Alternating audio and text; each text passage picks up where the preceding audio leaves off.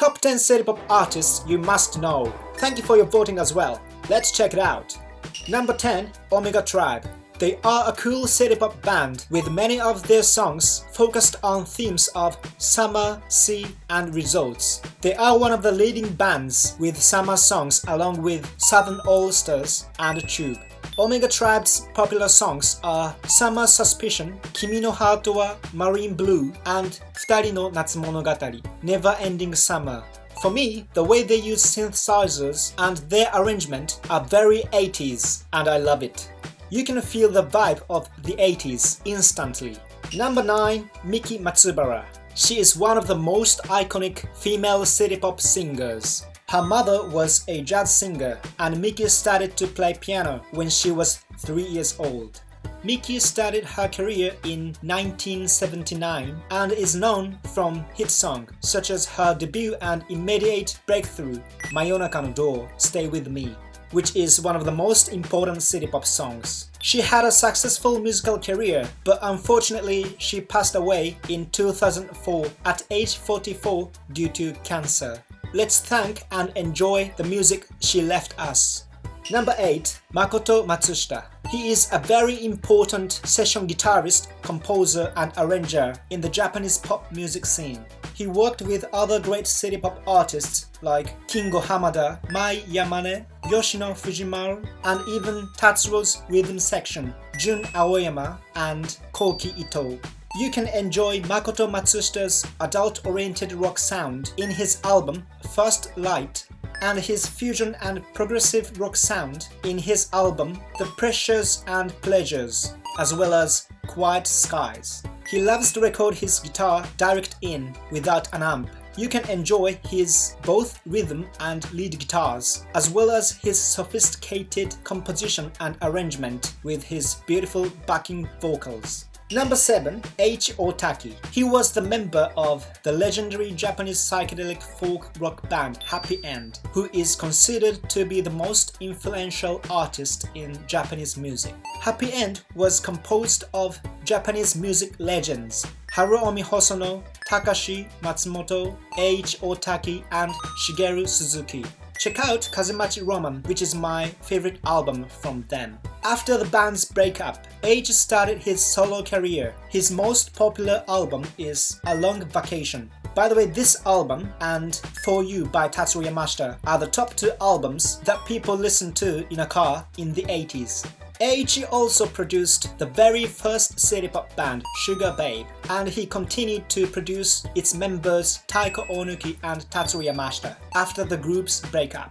You know how important H was in the Japanese pop music scene, not only in city pop. Number 6, Minako Yoshida. She met Haruomi Hosono and Takashi Matsumoto, who are the members of Happy End, when she was a high school student, and they recommended her to start writing music. What a life, you know. She also did backing vocals for Toshiki Kadomatsu and Tatsuro Yamashita. Her brother Tamotsu Yoshida is one of the most important sound engineers in city pop. He worked for the most important city pop records from H. Otaki, Tatsuro Yamashita, Omega Tribe, of course Minako Yoshida, and so on.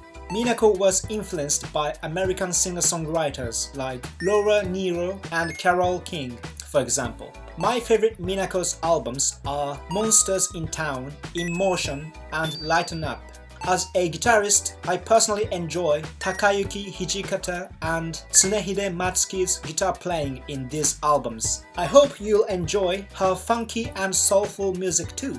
Number 5, Anri. She is a very well-known city pop singer, especially with the themes of summer and sea. Heaven Beach is my favorite album from her. The lush Fender Rhodes sound and beefy snare tone in the album are one of my most favorite instrument sounds in city pop. Toshiki Kadomatsu works on a lot of her songs, so you can hear his sound, especially her 3 albums produced by Toshiki: Bikini, Timely, and Cool. Anri had a dream to live in LA when she visited there to record her first album, and her dream came true.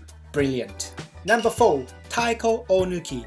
She was one of the members of the first city pop band Sugar Babe. Sugar Babe was not commercially successful, unfortunately, because they were too cool. They used a lot of slash codes, chord tensions, and interesting chord progressions and arrangement, which were too cool.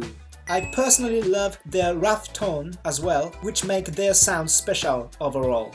Let's get back to Taiko Onuki herself. After the band's breakup, she started solo career. I love that her voice is as clear as crystal, and that her songs have unexpected chord progressions and arrangements, some of which were made by Ryuichi Sakamoto. Especially for her album, Sun Shower, Ryuichi arranged all the songs in the album. I love this story I've heard that her record company didn't invest much into this album and their office team also broke up at the same time. So Taiko and Ryuichi decided to make an album which they didn't care its sales, and the result was epic.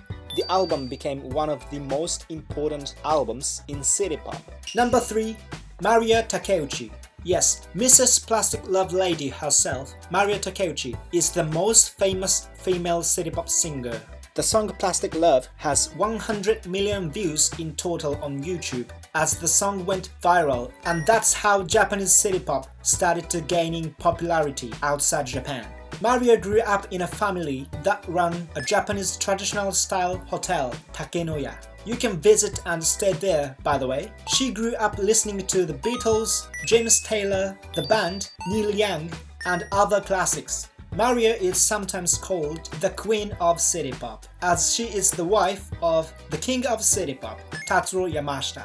Maria used to work as a Japanese idol at the beginning of her career, even though it wasn't what she wanted to do. But thanks to this experience, as a composer and a producer, Maria has deep understanding and great respect towards idol singers. It helps her make hit songs for them. For example, Akina Nakamori's song Eki. Maria is also good at writing about office workers' urban lives, like romance, which is one of the iconic things about city pop. By the way, Tatsuro said his most favorite songs from Maria is Jun-ai Rhapsody. Don't forget to check it out. Number 2, Toshiki Kadomatsu. You can call him a city pop legend. When he was 10 years old, he was impressed by the song Hey Jude by the Beatles, and they made him start playing guitar. Toshiki learned sophisticated chords by listening to Sugar Babe, the very first city pop band. Toshiki was also influenced by a lot of musicians like Shigeru Suzuki, Yoshitaka Minami, Hiroshi Sato, Steely Dan, Earth, Wind and Fire, Christopher Cross, Luther Vandross, and so on. Toshiki covers musical genres widely, as you can hear from his music. In his early career, most of his songs were focused on themes of summer, sea, and resorts. But since his album After Five Clash, he has been making songs with the themes of urban nightlife, deeper romance, and philosophy. By the way, he actually studied philosophy in university. After this album, he has been into more funk and dance music. He was especially into the music scene in New York, like he collaborated with electro soul pioneers David Frank and Mike Murphy, also known as The System. Toshiki's music requires difficult techniques to play, so his backing musicians are the most skillful session players. Toshiki is more on the fusion side rather than the pop side, I would say, which is a difference from the other city pop legend, Tatsuro Yamashita. Number 1. Tatsuro Yamashita. In Japan, his nickname is Otono Shokunin, meaning an artisan of sound, because he has an uncompromising passion towards music. He is very nerdy about recording. He is also known as a vinyl collector. Apparently he has 60,000 vinyls. His job is to make vinyls. His hobby is to buy vinyls, and his way to refresh is to organize vinyls.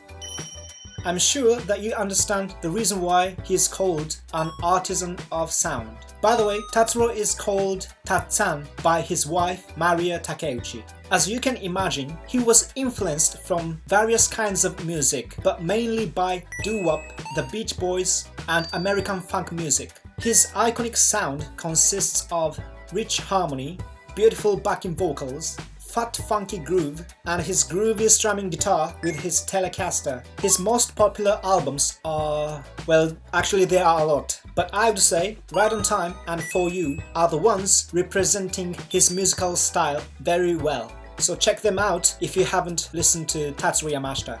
The most impressive thing for me is that Tatsuro had a successful music career without being on TV in the 70s and 80s, when TV was the most powerful media, you know. Most musicians in those eras advertised their music by showing up on TV, especially music TV shows, you know. Although Tatsuro makes a lot of music for TV commercials, you can say that he made his career genuinely with his music. He also never plays in a huge stadium because it wouldn't sound great musically, you know. He always cares about sound, you know. These are the reasons why I love and respect his music as well as his attitude towards music. Please let me know in a comment who are your favorite city pop artists. I'd love to hear your opinions. Thank you for watching. As always, my name is Masa. See you in my other videos.